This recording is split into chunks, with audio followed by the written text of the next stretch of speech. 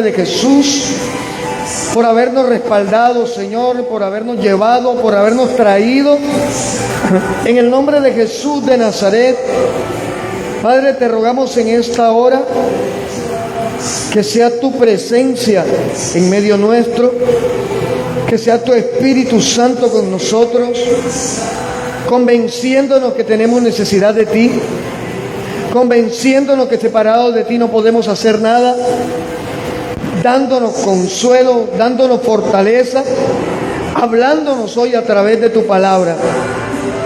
En el nombre de Jesús, en esta hora, cancelamos toda oposición espiritual y proclamamos por medio de ese nombre que es sobre todo nombre, una nueva victoria, un tiempo de refrigerio, un espacio en el cual tu presencia, tu palabra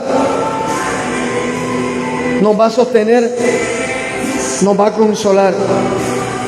Te damos gracias, amado Dios, por tu inmensa misericordia y te pedimos que tomes el control de toda oposición y toda piedra de tropiezo para que nuestros hermanos puedan llegar a este lugar a congregarse. Tu palabra dice que en donde hubieren dos o más reunidos en tu nombre estarías tú, Jesús, y eso nos anima a servir, a persistir, a seguir adelante. Gracias, y nos abandonamos en tus manos.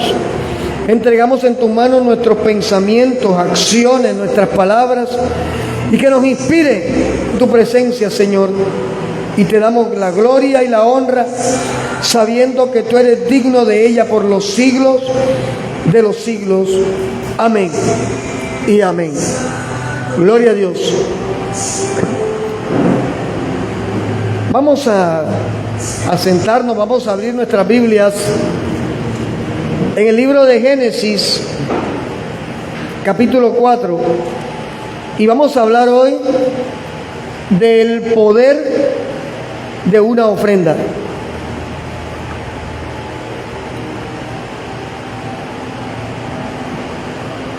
Voy a hacer claridad, porque cuando los predicadores hablamos de ofrenda, lo primero que se imagina la gente es business, dinero. Y entonces cuando uno va a hablar de el poder de una ofrenda, de repente a la mente de más de uno viene aquel pacto por dinero, sello con dinero, compro el milagro. Y de hecho no se trata de esto. Génesis capítulo 4, versículo 4 dice: y Abel trajo, vamos a leer, desde el versículo 2. Después dio a luz a su hermano Abel, y Abel fue pastor de ovejas, y Caín fue labrador de la tierra. Y aconteció andando el tiempo que Caín trajo del fruto de la tierra una ofrenda a Jehová. Y Abel trajo también de los primogénitos de sus ovejas, de lo más gordo de ellas, y miró con agrado, y miró Jehová con agrado a Abel y a su ofrenda. Cualquiera diría que es que la ofrenda de Caín estuvo mala. Resulta que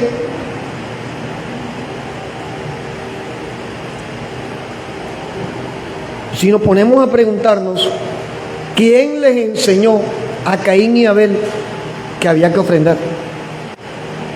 ¿De dónde salió que Caín y Abel ofrendaran, hermana Debris? No, que nacieron con ese sello en el corazón. No. Resulta que allí en Génesis 3:21, y eso lo predicamos una vez acerca del poder de la sangre, dice que Jehová Dios le hizo al hombre y a su mujer, Adán y Eva, que habían caído, túnicas de pieles y los vistió. No se trata de que Dios se hizo una ofrenda a sí mismo. Se trata de cómo Dios le enseña al hombre a través del sacrificio de Dios de dos animales lo que por la sangre se podría lograr.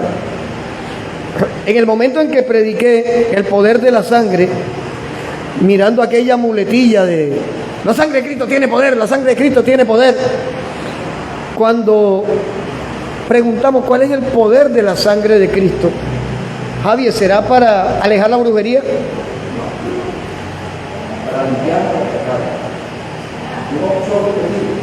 El único propósito, el único poder bíblico que podemos atribuirle a la sangre de Cristo es ese: lavarnos de los pecados que nos tenían en condenación. Watchman Nee, cuando escribió acerca del pecado y los pecados, es el único escritor que he podido leer que se ha enfocado en un tema que la iglesia poco quiere mirar, y es el hecho de que aunque Cristo nos perdonó los pecados, el pecado sigue morando en nosotros. Ahorita que estaba predicando de donde vengo, prediqué acerca de la falsa impronta. Diego, tú tienes moto. Caterine tiene moto. ¿Qué es la impronta?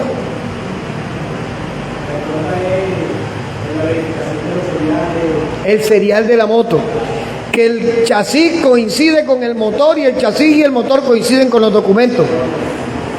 Y estábamos hablando precisamente de que hay una falsa impronta dentro de la iglesia. ¿Qué pasa si los documentos de tu moto no coinciden con la impronta que está en el motor? Un delito. Esa es la palabra. La gente piensa que simplemente hacer cosas contrarias a lo que la Biblia manda están mal hechas, pero hasta ahí. Pero resulta que así como tener los documentos de un automotor y al hacerle la impronta sale que el serial no coincide con los documentos, es un delito, y como delito tiene cárcel. Receptación, esta moto es robada.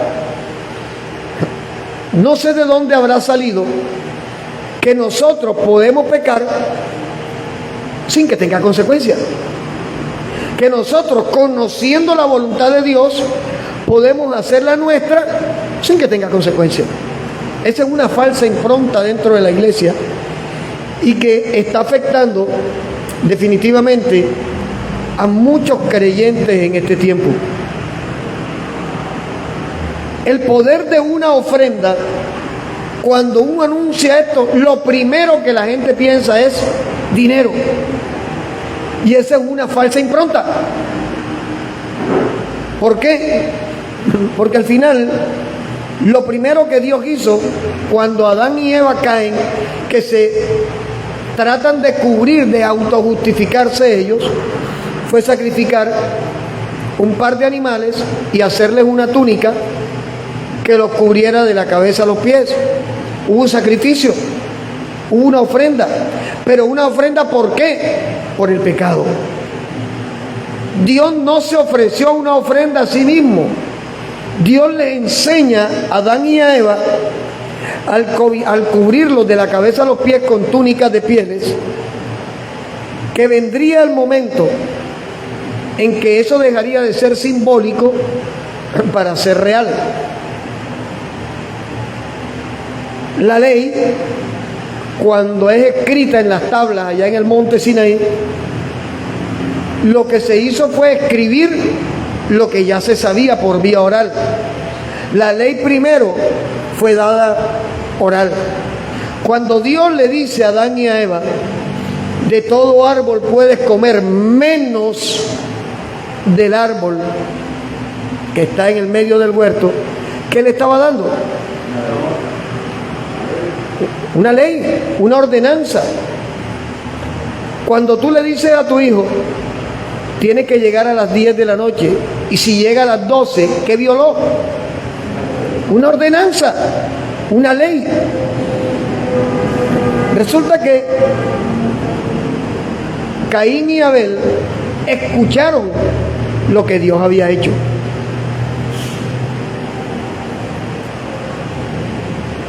Caín trajo yuca, papa y ñame. Y resulta que la ofrenda por el pecado era con sangre. La ofrenda por el pecado era con sangre, pero él trajo lo que a él le pareció que podía impresionar a Dios. La falsa impronta dentro de la iglesia, el activismo, el creer que a Dios lo podemos impresionar haciendo cosas. Sucedió algo bien particular ahora que terminé de predicar. Un mover bien precioso del Espíritu Santo, la gente gozosa. Pero desde que yo me subí a predicar había un hombre vestido de rosado con una corbata, todo digno. Y parece que la palabra le habló. Yo termino de predicar, el pastor donde estaba oró, tenían Santa Cena, y me tengo que ir. Y el pastor dijo, miren, qué bueno que Dios nos habló hoy acerca de esa falsa impronta religiosa. Y este hombre se levantó y lo primero que dijo fue, yo no entiendo por qué tienen que hablar de ropa. Si Dios está haciendo un proceso personal en mi ropa, ¿por qué hablan de religión? Eso no es ser religioso, pastor, le decía al pastor de allá. Desafortunadamente, dentro del cuerpo de Cristo, vamos a encontrar de todo esto. Y vamos a encontrar personas haciendo resistencia a lo que Dios quiere hacer. ¿Por qué? El nuevo nacimiento es el que propicia en nosotros una verdadera cercanía con Dios. Si no hay nuevo nacimiento, simplemente estamos tratando de agradar externamente a Dios, aunque nuestro corazón esté podrido. Y este hombre defendió el culto externo. ¿Por qué se meten si uno se pone una corbata? ¿Por qué se meten si uno se pone una camisa? ¿Por qué se meten si la hermana fulana tiene la falda larga? ¿Por qué se meten? Eso es algo personal. Y el pastor le dijo, hermano, es que nadie está atacando a nadie. El tema es cuando yo impongo un dogma y pretendo que todo el que venga lo haga de esa manera. Una falsa impronta. La iglesia piensa que a Dios le movemos el corazón con el dinero. La iglesia necesita dinero, es cierto. Eso es real. O sea, sostener este local vale dinero. Tener la energía eléctrica cuesta dinero. Tener el internet cuesta dinero. Sí.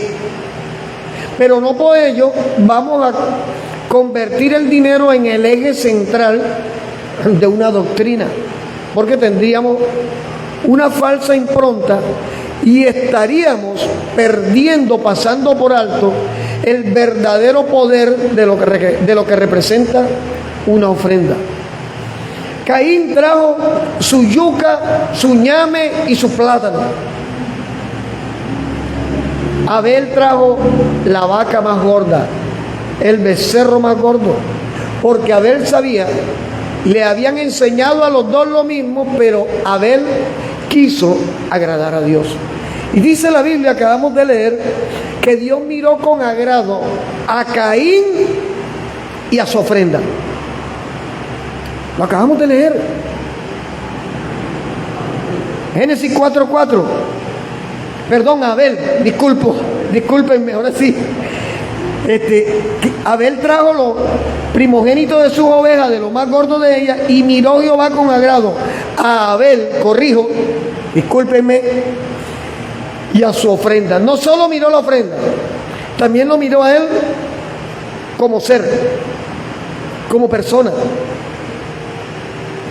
como la intención que tuvo de agradarle a Dios, bajo los parámetros que Dios hasta ese momento había instituido, cómo el hombre podía adorarle, cómo acercarse a él para tratar de alguna manera de cambiar la condición de pecado delante de Dios.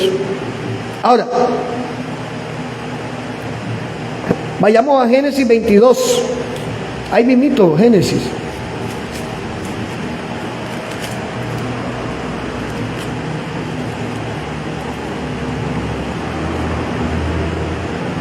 versículo 1 en adelante.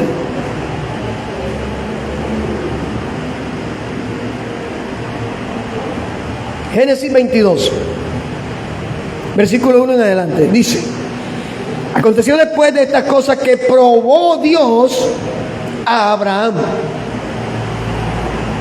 y le dijo: Abraham. Y él respondió: heme aquí.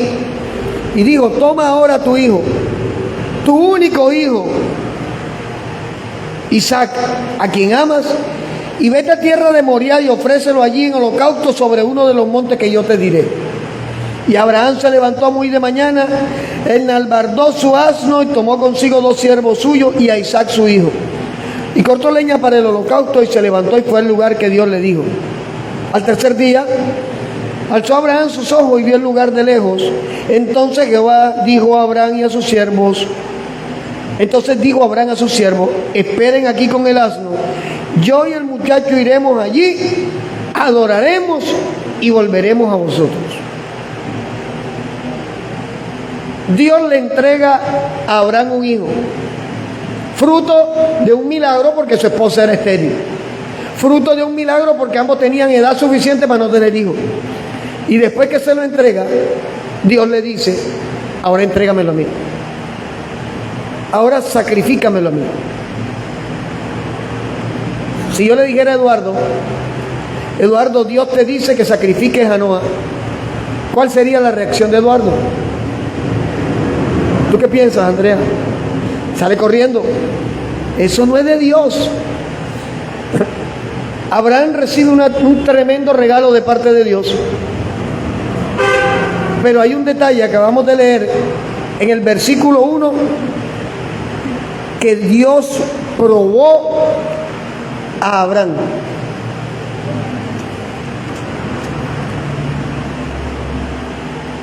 Nuestro corazón tiene la tendencia de aferrarse a cosas y a personas. Somos de apegos. Una cosa es amor, otra cosa es apego. El apego no te deja pensar. El apego es irracional. El amor es racional, porque el amor es una decisión. Dios le dice a Abraham: bueno, te voy a probar, sacrifícame tu hijo. Y fíjate que Abraham,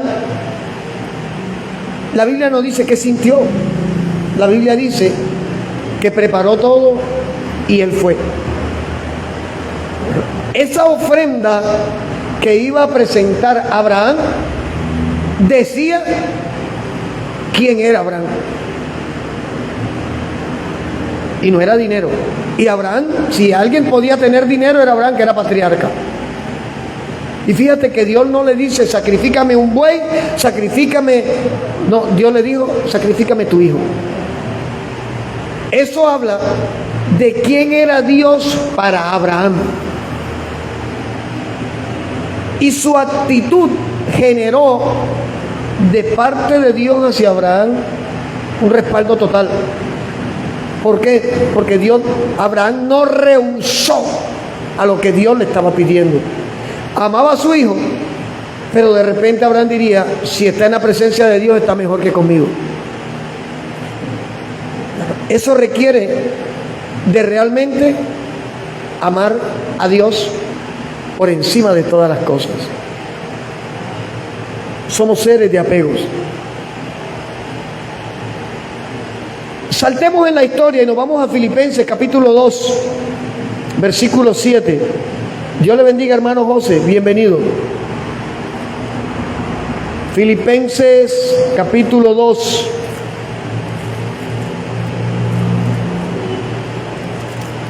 Versículo 7.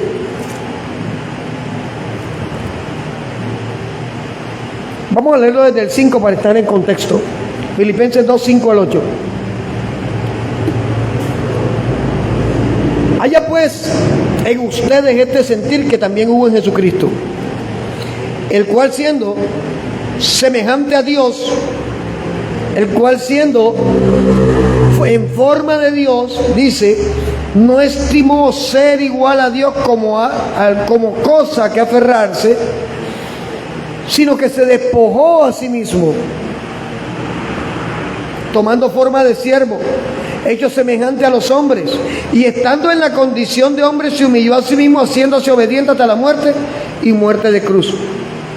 La ofrenda de Jesús. Dios te bendiga, Farid, bienvenido. Acabamos de leer la ofrenda de Abel, acabamos de leer la ofrenda de Abraham y acabamos de leer la ofrenda de Jesús. Si nosotros pudiéramos hacer una retrospectiva, nos damos cuenta que vino un proceso hasta llegar a manifestarse la palabra que el mismo Dios lanzó en el Edén, cuando dijo a la serpiente: de la simiente de la mujer saldrá uno que te herirá en la cabeza. Estaba hablando de Jesucristo. Y Filipenses 2 describe lo que representa para nosotros la ofrenda de Jesucristo. Él no fue a ofrecer un animal, Él no fue a ofrecer una persona, Él fue a ofrecerse a sí mismo. El poder de una ofrenda.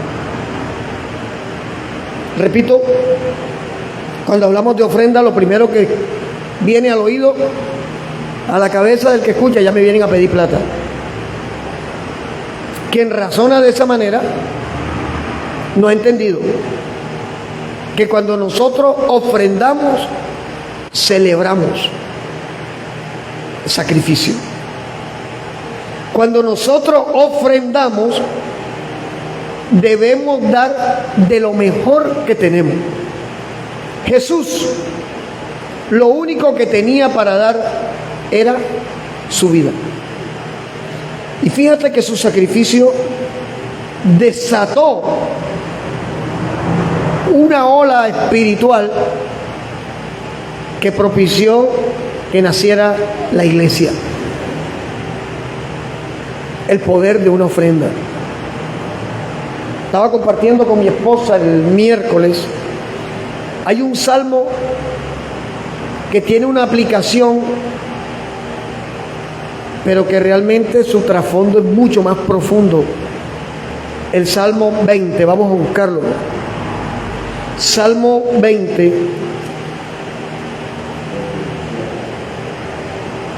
Capítulo 20, versículo 1 al 6. ¿Ya lo tenemos?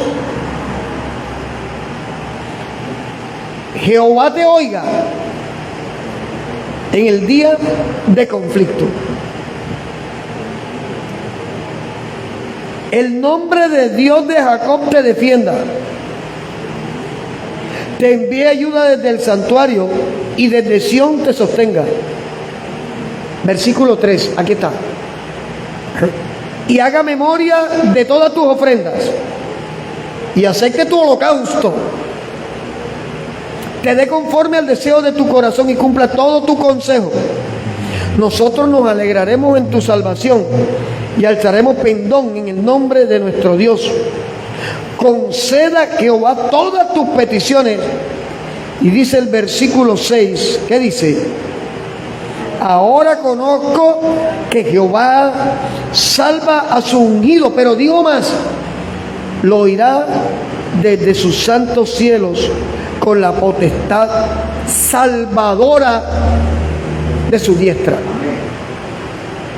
Se ha tomado este versículo para decirle a alguien: Dios está mirando tu ofrenda. Y es cierto, pero es una aplicación de lo que realmente el Salmo 20 está expresando. ¿Alguien me puede decir si en alguno de los salmos David se autodenomina el ungido de Jehová? No, por ninguna parte.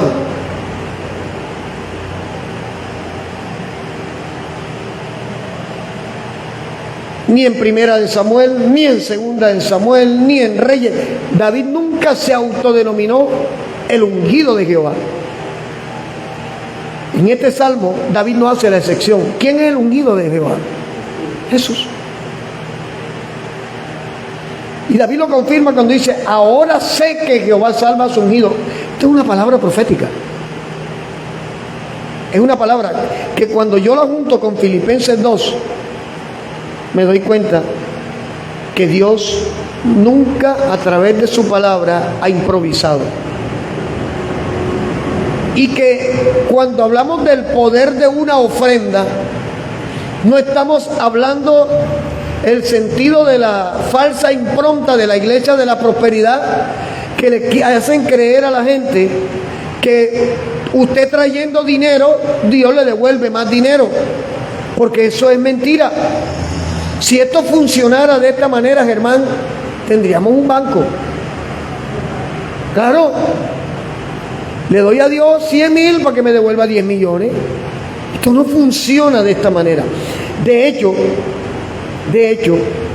nosotros cuando ofrendamos, aclaremos esto, la palabra ofrenda lo que traduce es lo siguiente, dice, cosa, algo que se ofrece como muestra de respeto, de adoración y de gratitud. No es diezmo. Si aceptamos que el diezmo es una ley, que es impuesto, ¿cuánto sería? El 10%.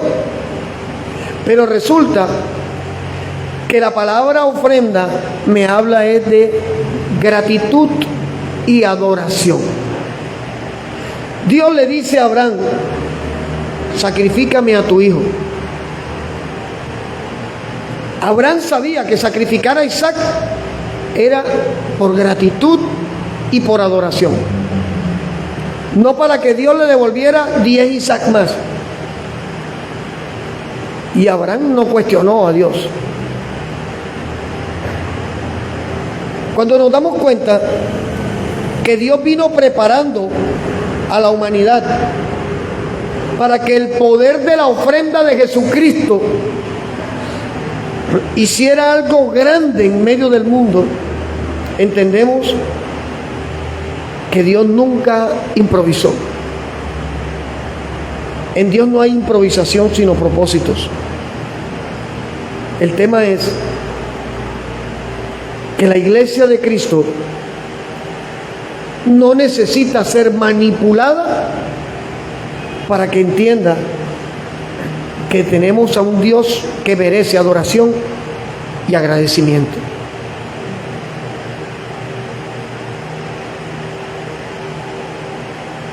¿Qué puede hacer una ofrenda de nosotros hacia Dios? Es que la ofrenda, vuelvo y repito, no es solamente dinero. Y el que no tiene empleo y el que no tiene dinero, entonces no puede adorar. ¿Cómo podría agradecer? Hermano Oscar, ¿tú qué opinas? Una persona que no tiene empleo, no tiene dinero, no tiene posesiones, ¿cómo le demostraría al Señor que lo ama y que lo está adorando? Aparte de orar, por supuesto.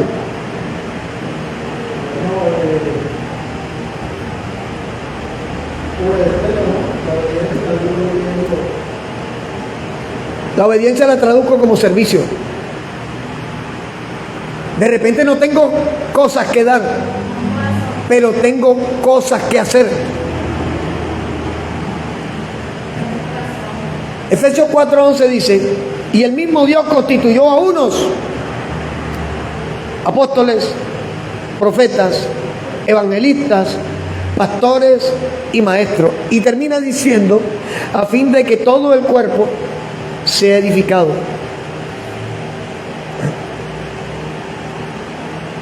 Por eso decía que inmediatamente que uno habla de ofrenda, la gente piensa es dinero. Pero ¿y el que no tiene dinero? ¿Qué da? No, yo no tengo nada que dar, entonces no. Muchas personas no le dan a Dios ni tiempo. Ni tiempo. El Señor se merece ni tiempo. El Señor se merece mi trasnocho, y si Dios me levanta a las 3 de la mañana a orar, no aguanta. No, el Señor se merece que yo le dé un sitio especial. Eso es adorar. Cuando Abraham se despoja del amor que tiene hacia su hijo y coloca el amor que tiene hacia Dios por encima, eso es adorar.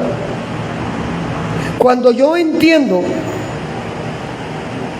que lo que soy, que lo que he recibido, y que aún cosas que no he recibido porque Dios me ha guardado, Dios se merece un primer lugar en mi vida. Dios se merece que yo me despoje. Estábamos hablando de que tenemos apegos. Nos apegamos a una relación, nos apegamos a una persona, nos apegamos al dinero, nos apegamos al empleo, nos apegamos a... El ser humano es buenísimo para inventarse ídolos. Porque todo aquello a lo que yo me apego irracionalmente termina convirtiéndose en un ídolo. Y la Biblia nos revela que la idolatría es abominación delante de Dios.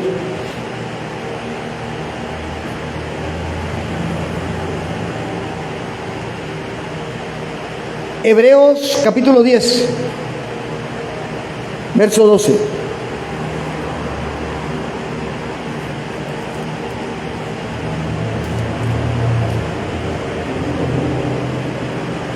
¿Ya lo tenemos? Hebreos 10, 12. Ya lo tenemos. Pero Cristo, habiendo ofrecido una vez para siempre un solo sacrificio por los pecados. El sacrificio de Cristo no fue para darnos casa, carro y beca. Se ha sentado a la diestra de Dios. De aquí en adelante, esperando hasta que sus enemigos sean puestos por estrado de sus pies. Porque con una sola, ¿qué? Ofrenda hizo perfectos para siempre, no a todos. ¿A quiénes? A los santificados. Y nos atestigua lo mismo el Espíritu Santo, porque después de haber dicho, este es el pacto que haré con ellos, después de aquellos días, dice el Señor, pondré mis leyes en sus corazones y en sus mentes las escribiré. Y añade, y nunca más me acordaré de sus pecados y transgresiones. Versículo 18. Pues donde hay remisión de estos pecados, no hay más ofrenda por el pecado. Cuando nosotros damos de lo que Dios nos da, de nuestro trabajo, de nuestro empleo, de nuestro negocio, nuestro dinero, nosotros simplemente, no es que estamos, voy a dar un billete 50, aquí tiene, para que no me molesten más, ahí da, no. Ese no es el contexto de lo que representa el poder de la ofrenda. Cuando yo doy, debo estar convencido, primero, que lo estoy dando con agradecimiento para Dios. Segundo, que esto va a tener un efecto. Esto tiene una razón de ser. Así como la iglesia celebra la Santa Cena, 1 Corintios 11, y con la Santa Cena, ¿qué es lo que se anuncia, Javier? La Santa Cena anuncia la venida de Cristo anunciamos. Cada vez que nosotros ofrendamos, estamos anunciando el poder de la ofrenda de Jesucristo teniendo efecto en nuestras vidas. Cada vez que yo doy, yo estoy imitando a Jesucristo. De hecho, acabamos de leer en Filipenses y en Hebreos que Él dio la ofrenda más tremenda que hasta ahora un ser humano pueda dar. Porque si tú tienes un empleo, date tu empleo. Si tú tienes un negocio, date tu negocio. Si tú tienes casas, date tu casa. Pero ¿quién daría su vida para que otro viviera. Porque el tema es que Él renuncia voluntariamente a su vida biológica para que nosotros accediéramos a una vida espiritual. El poder de la ofrenda es ese. Cuando nosotros damos, nosotros no estamos simplemente llenando el sobre. Cuando nosotros ponemos algo en esto, estamos expresando lo que está en nuestro corazón y estamos siendo agradecidos por el milagro de la salvación.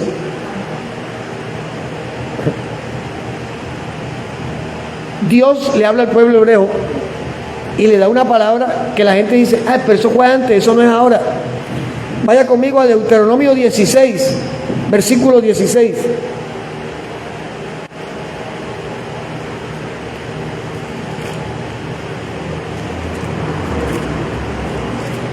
Deuteronomio 16, versículo 16 y 17. 3 veces cada año aparecerá todo varón, mira la instrucción, tuyo delante de Jehová tu Dios, en el lugar que Él escogiere, en la fiesta solemne de los panes sin levadura, y en la fiesta solemne de las semanas, y en la fiesta solemne de los tabernáculos. Y ninguno se presentará delante de Jehová con las manos ¿qué? Vacías. Cada uno con la ofrenda de su mano, conforme a la bendición que Jehová tu Dios te hubiera dado. Sí, pastor, pero ya eso fue. Las fiestas solemnes, aquí habla de 3 fiestas. Habla de los panes sin levadura, la fiesta de las semanas y la fiesta de los tabernáculos. 3 fiestas nacionales judías. Para los judíos ortodoxos, los que no aceptan a Jesús como Mesías y Salvador, ellos están celebrando esta fiesta todavía. Ellos todavía están practicando esto que está aquí en Deuteronomio. Para nosotros, las fiestas solemnes anunciaban a Jesús. Ya vino Jesús, que es el cuerpo, no tiene sentido abrazar la sombra. Es como el hombre que conoce a la novia por internet, por decir algo, y ella lo que le manda son fotos, y él le manda fotos. Él no está abrazando el cuerpo, ni ella está abrazando el cuerpo, ¿cierto, Rosenberg? Está abrazando en su cabeza una imagen. Solo cuando salga del internet y de no, le voy a pagar el viaje para que venga de Chile para Colombia, y entonces la conoció y la abrazó el cuerpo. Ahora, teniendo el cuerpo, renunciaría al cuerpo para seguir teniendo mejor la fotico. No tiene sentido. La iglesia cristiana, los que hemos reconocido a Jesús como Salvador y Señor, entendemos que esto, el Antiguo Testamento, era necesario para poder mostrarnos el Nuevo. Que todo esto era sombra. Pero llama la atención cómo Dios le habla a Moisés y le dice que ninguno se presente con las manos vacías. ¿Por qué? No era para que Moisés tuviera plata. No era para que ellos recibieran más dinero. Aunque la bendición para recibir está en el dar. Era simplemente para que recordaran que Dios tenía un plan mejor del que ellos tenían hasta ese momento. La Torá exponía el pecado, pero no lo resolvía. La ofrenda que venía anunciándose a través de la Torá, con los sacrificios de animales, de corderos y todo esto, venía anunciando el sacrificio de Jesucristo, como dice Hebreo. Con una sola ofrenda Jesús arregló todo el problema. El tema es, ¿y qué hacemos nosotros hoy? ¿Qué estamos haciendo en contraprestación? Pero pastor, la Biblia nos dice que Jesús me está cobrando. Es que Él no nos está cobrando. Él está esperando de parte de nosotros actitudes, de parte de nosotros acciones. ¿Por qué? La Biblia dice, donde esté tu tesoro, estará ¿qué? Tu corazón. Hay gente, estábamos hablando hace 15 días, hija, acerca de los pasivo-agresivos. Hay gente que usted lo ve que son así todos sonsos, que hablan en cámara lenta, pero son peligrosos, porque son personas que se han radicalizado de tal manera que en esa actitud aparentemente pasiva te están imponiendo cosas que la Biblia no manda que hagamos. Y con eso simplemente tapan o maquillan el argumento de que no han nacido de nuevo y su corazón está aferrado a lo material. Dios nunca nos va a dejar sin nada. Eso es una realidad. Mucha gente cree todavía que abrimos una iglesia y nos llenamos de plata. Hay gente que piensa eso. Y ustedes son testigos que ha habido servicios donde los sobres quedaron iguales. Pero al final esto es parte de la manera en que Dios nos enseña que nosotros dependemos de Él. Que nosotros tenemos que tener la mirada, el corazón, nuestra confianza en Él. Si esto es de Dios, Dios lo sostiene. Si no es de Dios, aunque hagamos todas las fuerzas del mundo, se acaba. Conocí un varón hace años, en ese periplo antes de ser pastor, que me invitó a que fuera parte del liderazgo de su iglesia. Y el hombre, yo fui con mi esposa, con mis hijos, estaban pequeños. Y el hombre me invitó a una reunión de líderes. El hombre acababa de llegar de Bogotá. Y en la reunión empezó diciendo: llegó la bendición para la iglesia. Qué bueno, ¿verdad? Uno de los que tenía allí, el séquito, dijo: ¿y este qué hace aquí? Y él dijo: Dios me inquietó que él estuviera aquí. Cuando la gente dice Dios me inquietó, agárrese. Entonces, si va a hablar, habla Dios. Y este hombre acababa de venir de una semana de reunión con César Castellano. César Castellano es el líder de la Misión Carismática Internacional, donde se practica mentalismo, brujería, espiritismo y supuestamente disfrazados de cristianismo. Y él dijo: bueno, cada uno de ustedes en la próxima reunión va a traer 12 personas. Y dentro de 8 días esos 12 traerán 12 y esto se arregló el asunto. ¿Usted qué opina, hermano Carlos? Yo, hermano, que la Iglesia de Cristo no es una empresa de multinivel. Pero si estamos hablando de una bendición, ¿y cuántos están preparados aquí para esa bendición? Porque que la iglesia crezca en un mes de 40 personas a 800 personas requiere de que haya un liderazgo preparado en el espíritu en primer lugar, en la palabra y comprometido con la obra. Eso se hace. Él estaba buscando la forma. Business.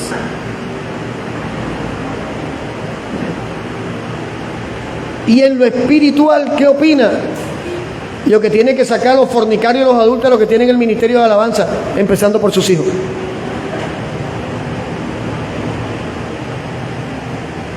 A él no le interesaba la condición espiritual, a él le interesaba que la ofrenda material aumentara. Hoy en día esa iglesia se acabó. O sea que la estrategia de los 12 más 12 por 12 por 12 no funcionó. La iglesia, como cuerpo vivo de Jesucristo, en medio de un mundo que hoy en día debemos tener más conmiseración por el mundo, de la que teníamos antes. Vemos una generación de jóvenes levantándose totalmente extraviados, ajenos a verdades que nosotros, aún estando perdidos en el pecado, conocíamos, defendiendo lo indefendible y asumiendo que están bien en esa condición. Debemos tener misericordia, porque Cristo viene pronto. ¿Cuántos vieron la noticia la semana esta que pasó del posible acuerdo de paz entre Benjamín Netanyahu y Palestina? Israel y Palestina se van a sentar a hacer un acuerdo de paz. Pues yo estoy asustado. ¿Sabe por qué? Porque mi Biblia dice que cuando hablen de paz, destrucción y muerte repentina. Israel y Palestina sentándose a hablar, esto es anticristo. Esto es un movimiento del anticristo, preparando toda la locura para lo que viene. Por allí vi un artículo en Infobae, que es una cuestión que trabaja para el Deep State, donde decían que hubo una adopción de 15 niños. Muestran un conductor en Estados Unidos que viene en un bus amarillo de colegio y de repente el hombre viene hablando y voltea y hay puras loncheras y maletines, no hay más nada. Ese es el término que van a usar y con el cual están preparando al mundo para cuando Cristo levante a la iglesia. Los extraterrestres se los llevaron. Nosotros no vamos a percibir nada común en cada palabra, pero eso es que estudiar la escritura. Jesús ha dado la señal. La señal que está en cada terrestre es Israel. Claro, el reloj profético, así es. Entonces, cuando estas cosas se entienden, se están dando, es ahí donde nosotros como iglesia debemos estar a recibir despiertos. Que la señal esta, que se está existiendo, es un anuncio de la venida. De la venida. Es que el tema es ese. Entonces, la falsa impronta que Satanás metió dentro de la iglesia de Cristo distorsionó las cosas de tal manera, porque el poder de la ofrenda de Jesucristo se va a consumar ¿cuándo? Cuando Cristo levante la iglesia. Cuando Cristo levanta la iglesia, los salvos en el Señor, dice: los muertos en Cristo resucitarán primero, los que estemos vivos seremos transformados. El poder de la ofrenda allí se hace manifiesto. Pero la falsa impronta dentro de la iglesia todavía tiene a la gente buscando en Cristo casa, carro, beca, fortuna, fama. Miren, uno debe orar por toda esta gente de la farándula, sí, pero tú no puedes creer todo lo que ellos digan. Le dieron un premio a Farruko hace unos días y vi el discurso de Farruko. Bonito, tremendo discurso, bonito. Pero eso es como la expresión y que tener un amor bonito. Yo pregunto, entonces hay amor feo. ¿Cómo sería un amor feo, Andrea? No sería amor. Y que, ay, como cuando a ti te pasa tener un amor bonito. Descríbemelo, ¿cómo así? Si es amor es bonito, no es feo. Pero si te está haciendo sufrir no es amor. Si te está acabando no es amor. Entonces no hay ese término que amor bonito, porque tendría que haber amor feo. Y por ahí no es el asunto. Y Farruko dio un discurso bonito. Y las masas, ¡wow! Pero sigue vendiendo discos seculares. Y Jesús dijo, no lo dije yo, por sus frutos los conocerán. Redimido, me gusta la música de Redimido para pintar. Bueno, me gustaba porque no sacó más nada bueno. Redimido llegó a un tope donde ya no tiene más nada que hacer, porque simplemente es un cantante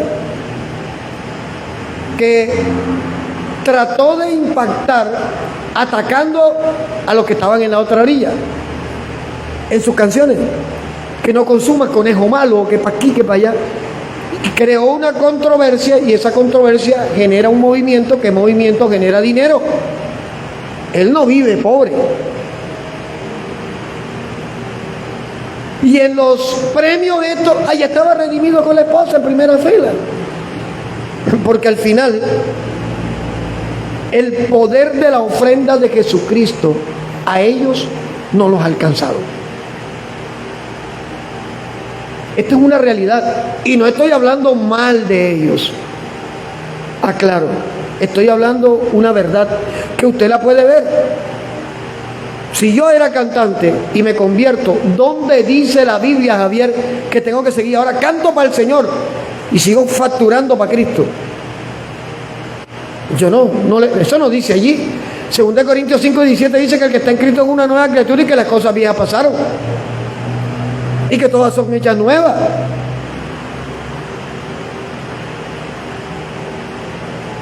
Eso es como el Tinder cristiano.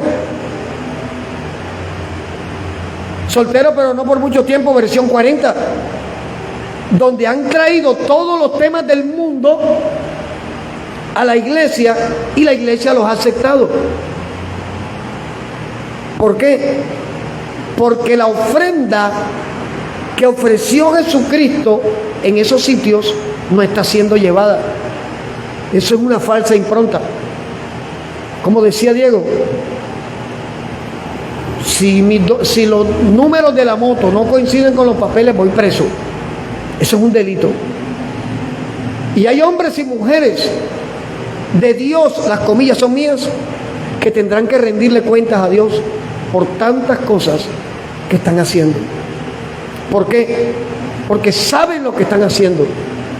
Saben que no es de Dios, pero les importa porque les genera comodidad.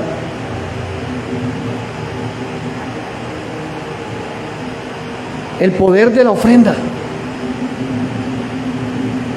La iglesia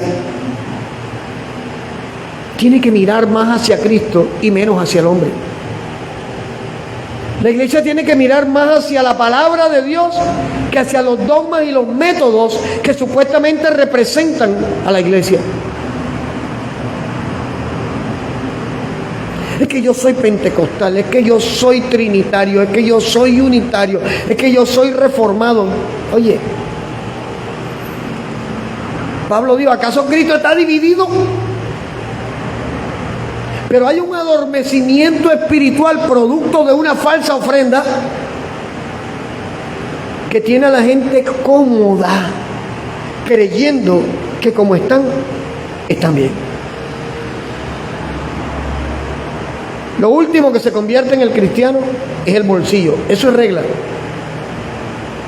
Pero usted dice, ¿cómo una persona que tiene 20 años de estar leyendo la Biblia, todavía, cuando le dices, tenemos una hermana con problemas en la congregación, ¿tú puedes traer 2 libras de arroz para ayudar a la hermana? ¿De dónde? Si apurado me alcanza para mí. Así es cristiano cualquiera. Pero cuando te cuesta dar, es cuando realmente estás entrando al terreno del poder de la ofrenda bíblica. Abraham no cuestionó a Dios. Debió dolerle en su corazón. Oh, Dios me dio mi hijo y ahora me dice que se lo sacrifique. Pero para él valía más lo que pensara Dios que lo que pensaran los demás. Y al final Dios haría. Y Dios hizo. Dios no dejó que tocara a Isaac. El tema es que la falsa impronta que se ha metido dentro del corazón de los cristianos del siglo XXI no les ha permitido darse cuenta quién es realmente Jesús, qué es realmente Jesús y para qué Jesús fue y se ofreció en una cruz. Estaba mostrando a mi esposo una foto que hicieron una reconstrucción de cómo quedó realmente el cuerpo de Jesucristo después de la crucifixión. Y la foto por detrás muestra algo que es totalmente bíblico, lo dice Isaías 53. Las costillas de Jesús quedaron afuera. Ahí no había piel. Estaban las costillas afuera. Estaba todo, la foto es bastante cruda. Y el frente totalmente desfigurado. Para muchos cristianos, ese sacrificio todavía no tiene sentido. Porque no lo han entendido. Porque tienen tanto miedo de perder una identidad, un nombre, una posición, que no han visto que cuando yo miro a Jesucristo adquiero la mejor posición que cualquiera puede adquirir en este mundo: hijo de Dios.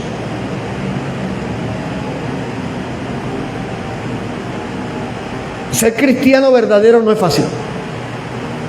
Ser un hijo de Dios realmente no es fácil. La falsa impronta fabrica cristianos en serie.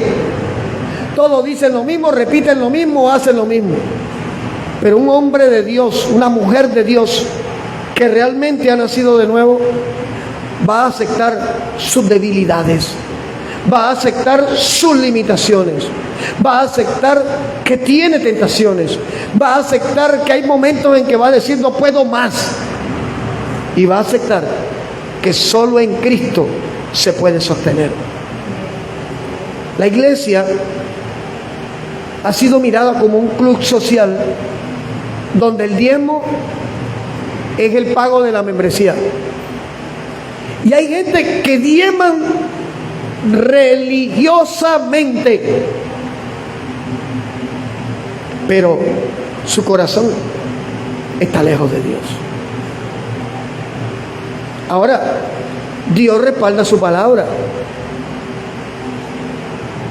Pusiste tu economía en manos de Dios, Dios, yo te la guardo, pero yo quiero darte algo más grande. Porque el día que uno se muera, el tema es qué va a pasar con mi alma. ¿Para dónde va mi alma? Y la iglesia ha dejado a un lado enseñar el poder de la ofrenda de Jesús para motivar a la gente a hacer lo que le conviene al que esté en la cabeza. Esta es la verdad. Nosotros no podemos maquillar esa verdad. El tema es, ¿qué vamos a hacer? ¿Qué podemos hacer? Pastor, orar. Sí, está bien, pero la oración sin acción es pura ilusión.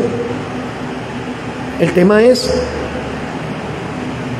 si yo entendí que lo que soy o lo que aún no soy es por el amor de Cristo hacia mí, ¿qué estoy dispuesto a hacer yo por ese amor que estoy recibiendo?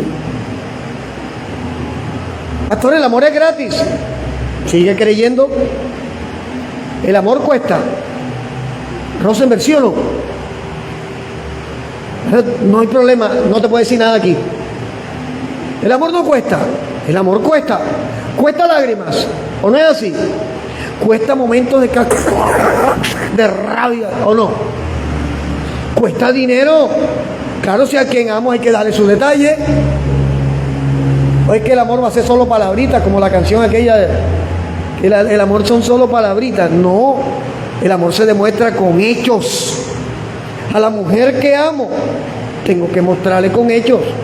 De boca te ama medio mundo. De acciones, 1 o 2. Lo mismo está pasando dentro de la iglesia. A la gente le están arrancando el dinero del bolsillo, motivado por una falsa impronta y una ofrenda sin poder. No es lo mismo que usted da porque está agradecido con Dios, porque cuando usted está agradecido con Dios, usted no se aferra al garabito. ¿Cómo se llaman de los de 100? Carlos Lleras Restrepo. Usted no va a agarrar a Carlos Lleras Restrepo por el cuello para que no se le vaya, porque usted sabe que el que le dio eso le seguirá dando más. El tema es, dejemos a un lado el contexto material y enfoquémonos más en el contexto espiritual.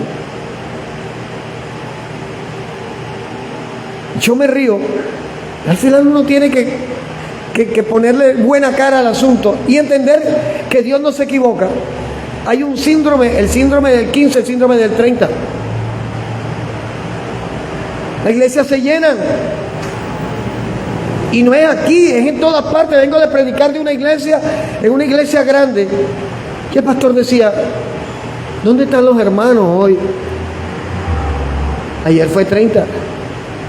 Y hablaba conmigo y decía, pastor, y si cae quincena, tampoco. Yo, hermano, hay que predicar. Que donde esté el tesoro estará su corazón. Pero usted no le puede arrancar el dinero de la mano. Tú no puedes. Si la gente no le nace, no sirve. Todo el que se rinde a Cristo, recibe.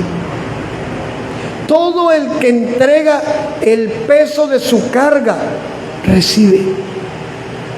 Todo el que desea convertirse de verdad, recibe. Pero mientras la gente esté buscando argumentos rebuscados en la cabeza para justificar lo que no tiene en el corazón, tenemos una falsa impronta que necesita ser cambiada.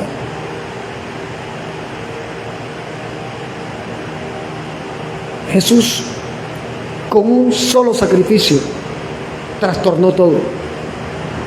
Jesús, con una sola decisión, puso en jaque a la muerte. Jesús, con un accionar, cogió e hizo salir llorando a Satanás. Sí, literalmente, estamos parafraseando. Pastor, ¿dónde dice que el diablo llora? No, yo no he dicho que la Biblia diga. Estamos parafraseando. ¿Por qué? Porque su actitud al ofrendarse a sí mismo estaba trayendo libertad para todo aquel que mirara hacia él. Tenemos que ofrendarnos nosotros mismos, ¿sabes? Tú eres altar y eres ofrenda. Antes de pensar en otra cosa, piensa que estás quemando en tu altar. Antes de pensar en otra cosa, recuerda que tú eres y yo soy la ofrenda ideal que hay que sacrificar delante de Dios. Termino con esto. Martín Lutero, en su tesis, termina diciendo que él creía que con las aguas del bautismo el viejo hombre se había ahogado y que descubrió que el sinvergüenza había que matarlo todos los días. Tu ofrenda tiene poder, pero tu principal ofrenda no es dinero, no es la yuca, no es el plátano, eres tú. Cuando tú te ofrendas, cuando tú te inmolas, que es la palabra bíblica, cuando tú te inmolas en tu altar, que no es otra cosa que venir delante de Dios. Mateo 6:6, que dice, cuando ores, cerrada la puerta, entra a tu habitación, mi Padre que te ve en lo íntimo te recompensará en lo público.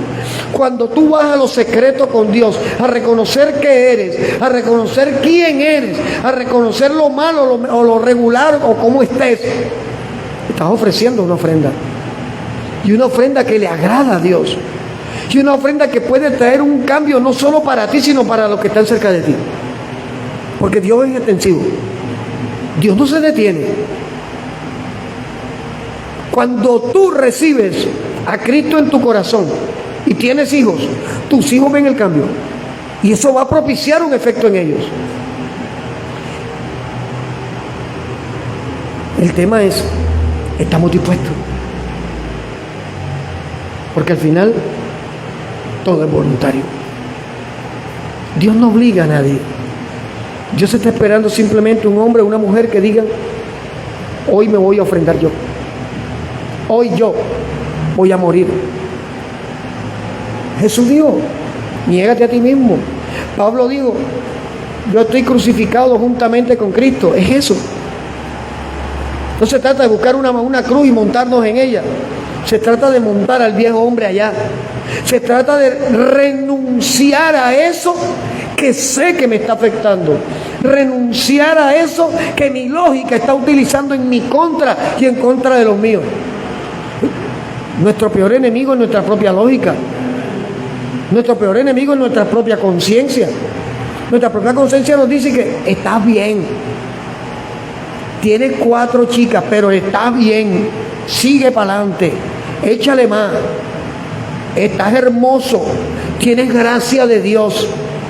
Esa es nuestra propia conciencia. El Espíritu dice, está equivocado, por ahí no es. Seamos la ofrenda en nuestro altar de oración. Seamos la ofrenda que pueda contagiar a otros a ofrendarse. Seamos la ofrenda que abra los cielos a favor nuestro y a favor de nuestras familias. Seamos esa ofrenda que renuncia voluntariamente a ofender al Señor con nuestras actitudes. Vamos a colocarnos sobre nuestros pies, por favor.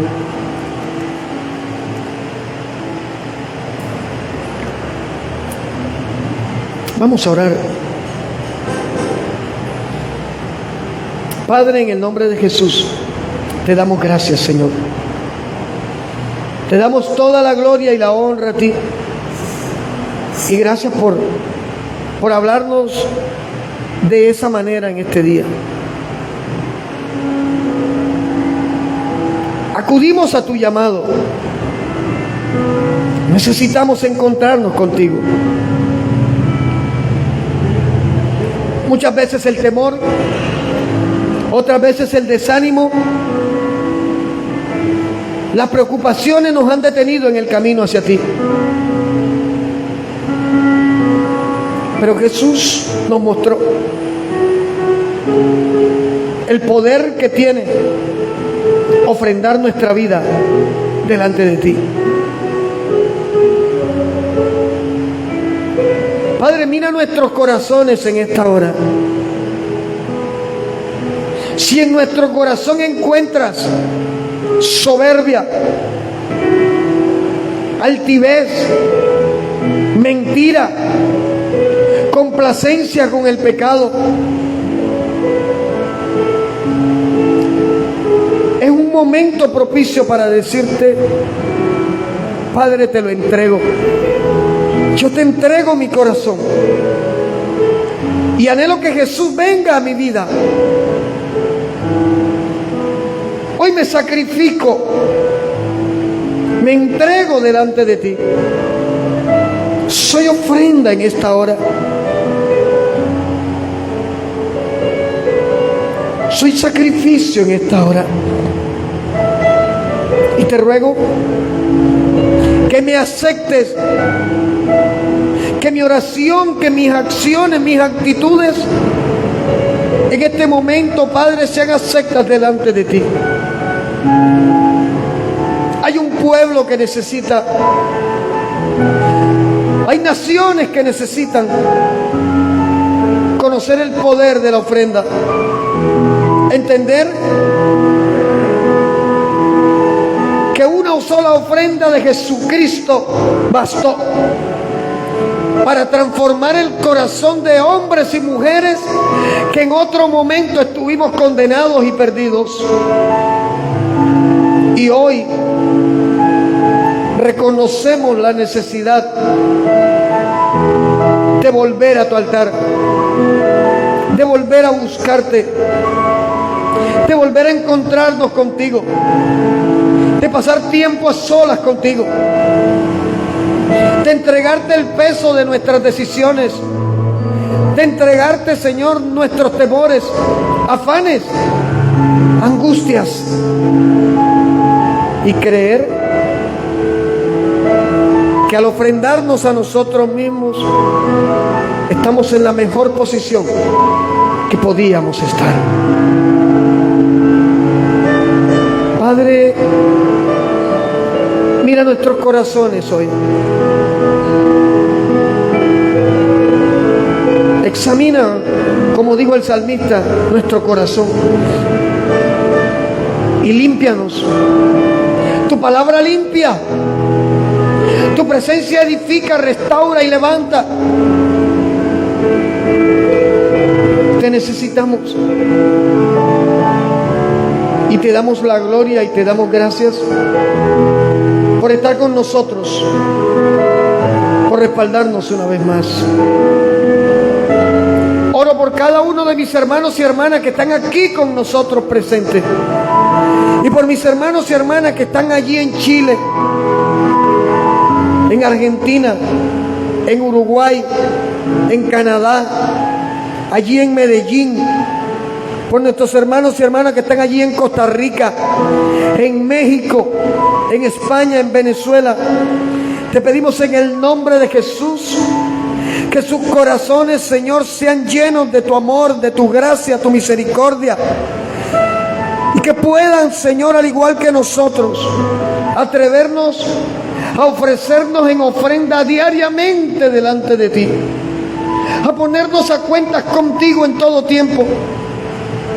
Y a darte de nosotros la obediencia que merece tu palabra.